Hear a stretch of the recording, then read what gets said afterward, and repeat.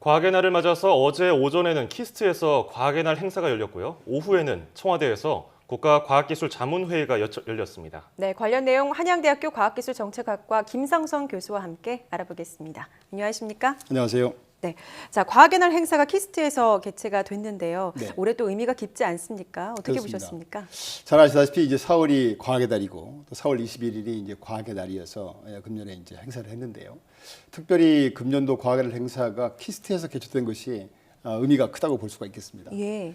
그럼 바로 이제 금년이 우리나라 과학기술이 본격화된 지 50년 되는 해인데요. 지금부터 50년 전 66년 2월 달에 서울 홍릉에 한국 최초의 현대식 종합기술연구소인 키스트가 설립된 해이기 때문입니다. 어제 과학의 날 행사에서는 그 과학의 날 행사와 아울러서 과학기술 발전에 기여한 유공자 120여 명에 대해서 훈포장이라든가 대통령 표창, 국무총리 표창 등이 수여되었습니다. 예. 참고로 이제 왜 산업훈장이 있고 다 그러듯이 과학기술 분야에서도 과학기술 발전에 기여한 사람에게 수여되는 과학기술 훈장이 있습니다. 그래서 이제 산업훈장은 보통 뭐 금, 은, 동, 석탑 뭐 이렇게 돼 있지 않습니까? 예. 그래서 이 과학기술 훈장은 1등급이 창조장이고 2등급이 혁신장, 3등급이 웅비장, 4등급이 도약장, 5등급이 진보장 이렇게 구분이 되어 있습니다. 예, 어제 많은 분들이 또 이 훈장을 받으셨는데 네, 과학의 날, 이번 과학의 날은 특히 대통령도 참여를 했다고 들었어요. 그렇습니다. 네. 그래서 이제 보통 예전에도 대통령께서나 또 국무총리께서 참석하신 적이 많이 있습니다. 근데 금년의 과학의 날 행사에 대통령이 참석한 것은 아마 굉장히 큰 의미가 있다고 봅니다. 예. 그것은 키스트가 66년에 만들어질 때 그 선친이신 고 박정희 대통령께서 이제 미국하고 얘기를 할 때 미국이 베트남전에 참전한 대가로 단기적인 원조를 제공하려고 하니까 우리는 원조 필요 없다. 원조 대신에 연구소를 설립해달라. 이렇게 요청을 하신 거죠. 예. 그래서 아마 그 당시로 봐서는 우리가 참 먹고 살기 힘들고 그럴 때인데 이렇게 미래를 보고 연구소 설립을 요구한 것은 정말 참 굉장히 어려운 일이었고 지금 돌아보면 참 정말 현명한 선택이었다 이렇게 볼 수가 있습니다. 그래서 이번 과학의 날에는 특별히 박근혜 대통령께서 이제 국내 1세대 원로 과학자들의 만남의 자리가 있었어요. 주로 이제 66년 그 키스트가 만들어질 때 미국과 독일에서 불러들여 가지고 과학 입국의 토대를 닦으신 70대 또 80대 과학자 6명이었습니다. 유치과학자. 네, 유치과학자죠. 예. 네. 이 자리에서 대통령께서 이제 그 당부 말씀하시기를 여러분은 당시 선진국에서 안정된 생활을 할 수 있었음에도 불구하고 조국의 부름에 기꺼이 응하셨다. 그 당시에 장비도 제대로 없는 어려운 환경 속에서 젊음과 인생을 다 바친 여러분이 계셨기 때문에 오늘의 대한민국이 있다. 이렇게 이제 감사의 말씀을 전하셨고요. 과학기술이 결국은 세계에서 제일 가난했던 우리나라가 오늘날 대한민국이 되는 데까지 그 기반이 되었다고 격려 말씀을 하셨습니다. 네, 원로 과학자들에게 격려도 되고 또 위로도 네. 좀 많이 됐을 것 같은데요. 오후에는 또 청와대에서 대통령이 주재한 가운데 국가과학기술자문회의가 열리지 않았습니까? 그렇습니다. 1년에 한두 번가량 열리는 걸로 알았는데 네. 올해 이제 처음 열렸어요. 어떤 내용들이 주로 논의가 됐습니까? 저희가 요새 이제 그 저성장 또 고실업 그러지 않습니까? 뉴 노멀 시대라고. 그래서 저희가 사실은 그 새로운 먹거리 이게 참 필요한 입장입니다. 예. 어제 그 자문회의에서는 그 중에서도 이제 바이오하고 탄소 자원화하는 문제 그 두 가지 이슈에 대해서 이렇게 이제 보고를 주로 드렸습니다. 그래서 예를 들어서 이제 바이오 자원화 문제에 대해서는 크게 두 가지인데요. 하나 이제 바이오 산업 발전을 저해하는 불합리한 규제를 선진화하는 한편 두 번째는 바이오 R&D 스타트업을 집중 육성함으로 해서 글로벌 시장에서 활약하는 기술 혁신 바이오 기업을 100개 이상 육성하고 2025년까지는 국내 바이오 업계의 글로벌 시장 점유율을 5% 이상 끌어올리는 그런 추진 방안이 보고가 됐습니다. 예.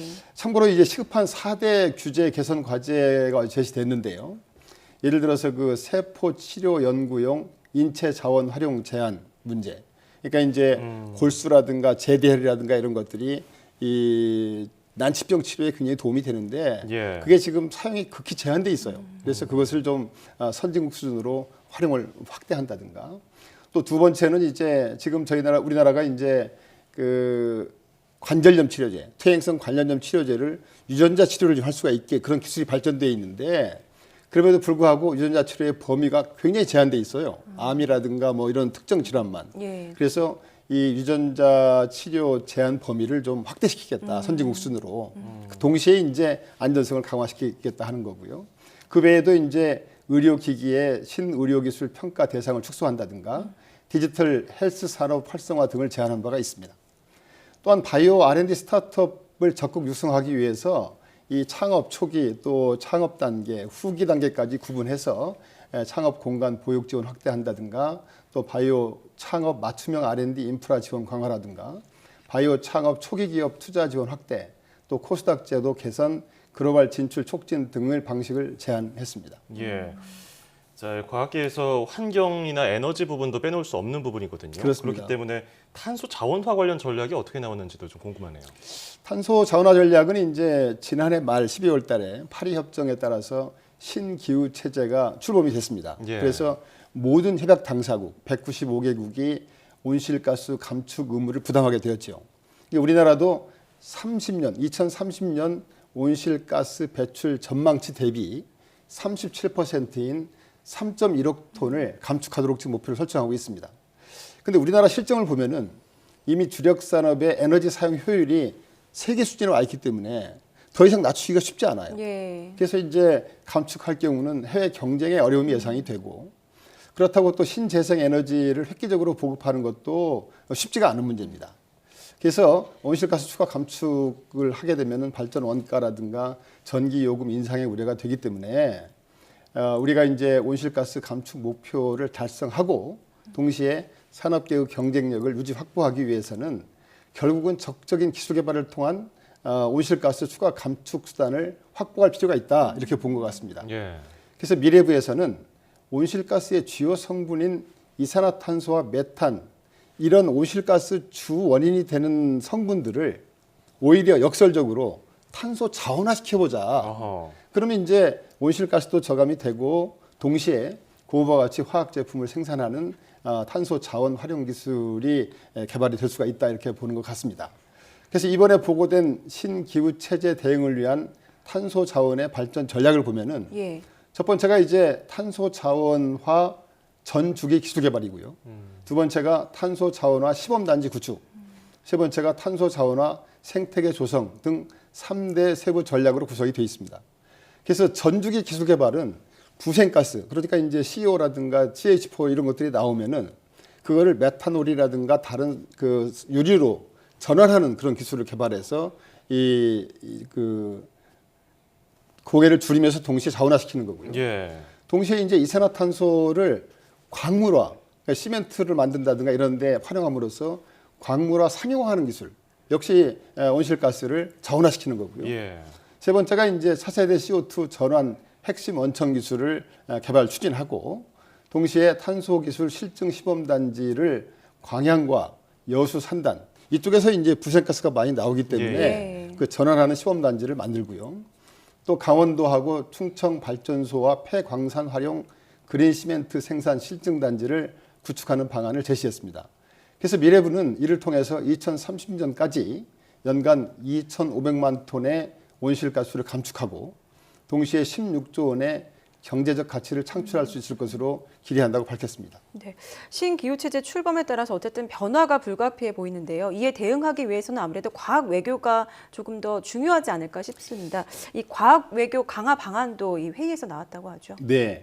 그래서 기후변화 대응뿐 아니라 요새 이 글로벌 외교 이슈들이 많아요. 예. 그래서 글로벌 외교 이슈를 해결하는데 핵심 수단으로서 선진국이 이제 과학 외교를 적극 활용하게 되는데 우리나라도 나름 노력은 하고 있지만 여전히 글로벌 이슈의 과학 이슈를 해결하는데 활용하는 데는 많이 좀 미흡한 그런 상태에 있습니다. 예. 그래서 이걸 해결하기 위해서는 글로벌 이슈에 대한 인식과 현지 거점 부족 이런 문제가 있는데요. 이번 자문회의에서는 이제 글로벌 이슈 해결과 동반 성장 파트너십 강화를 위해서 과학 외교에 대한 강화 방안을 보고했지요. 주요 내용을 보면은 이제 과학을 통한 글로벌 이슈 국제 공동 연구를 주도하고 예를 들어서 뭐 기후 온난화라든가 뭐 감염병이라든가 이런 문제에 대해서 저희들이 참여를 하고요. 또 맞춤형 패키지형으로 파트너십 토대를 강화하는 동시에 글로벌 과학기술 네트워크 확충을 통해서 과학 외교 분야에 적극 지원하겠다는 방침입니다. 예. 우선 국제 공동연구 주도를 위해서는 도전 과제별로 국제 공동연구에 능동적으로 참여를 하고 또 아시아, 중국, 일본, 한국 동북아 R&D 허브 기반을 구축하고 또 글로벌 오픈 사이언스 추진을 제시하고요. 또한 맞춤형 패키지형 그 파트너십 토대 강화를 위해서도 개도국의 맞춤형 과학의 혁신 마스터 플랜 수립을 지원하는 맞춤형 정책 수립 지원이라든가 또 친한 과학기술 인력을 양성한다든가 또 한국형 연구 거점 구축하는 문제 또 기술 창업 거점 마련을 제시하고 마지막으로 이제 글로벌 그 해외 동포과학자 네트워크 확충을 위해서는 예. 동포과학자 결속을 강화하고 또 과학자 간의 교류 활성화 또 과학 외교 창구를 확대하고 뭐 해외 우수 인력들을 적극 유치해서 활용하는 방안들을 제시했습니다. 예. 정부는 이번 전략을 통해서 글로벌 이슈 해결에 기여하기를 확대하고 동반 성장 파트너십을 강화함으로써 과학기술 수준에 걸맞게 우리가 이제 세계 5위라고 하는데 예. 과학 외교 수준도 그 정도로 끌어올리겠다 이렇게 밝혔습니다. 예. 자, 지금까지 정확하게 과학의 날 행사 그리고 우리나라의 과학의 방향을 정하는 국가과학기술자문회의의 내용을 살펴봤는데요. 앞으로 세부적으로 어떤 내용들이 나올지도 지켜봐야 할 대목입니다. 자, 지금까지 한양대학교 김상순 교수와 함께했습니다. 고맙습니다. 감사합니다. 고맙습니다.